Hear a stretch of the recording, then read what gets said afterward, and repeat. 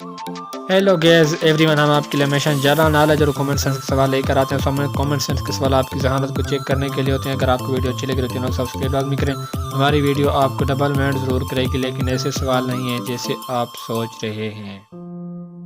वो कौन सी चीज़ है जिसको पानी पिलाएं तो वो मर जाती है? अगर आपको वीडियो पसंद आए तो चैनल को सब्सक्राइब लाजमी करें। इसका जवाब है आग। वो क्या है जो हमेशा ही चलता रहता है, अगर एक बार रुक जाए तो फिर कभी नहीं चलता?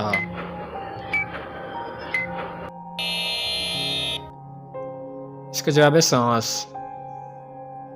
वो क्या चीज़ है जो लड़की पहली बार करवाती है तो बहुत चिल्लाती है?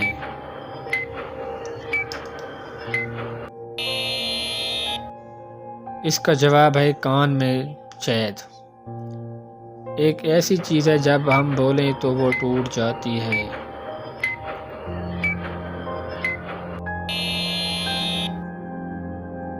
खामोशी। दोस्तों आज की वीडियो यहाँ तक काफ़ी थी। फिर मिलते हैं बहुत ही जल्द नेक्स्ट वीडियो में। तब तक के लिए अल्लाह हाफिज़।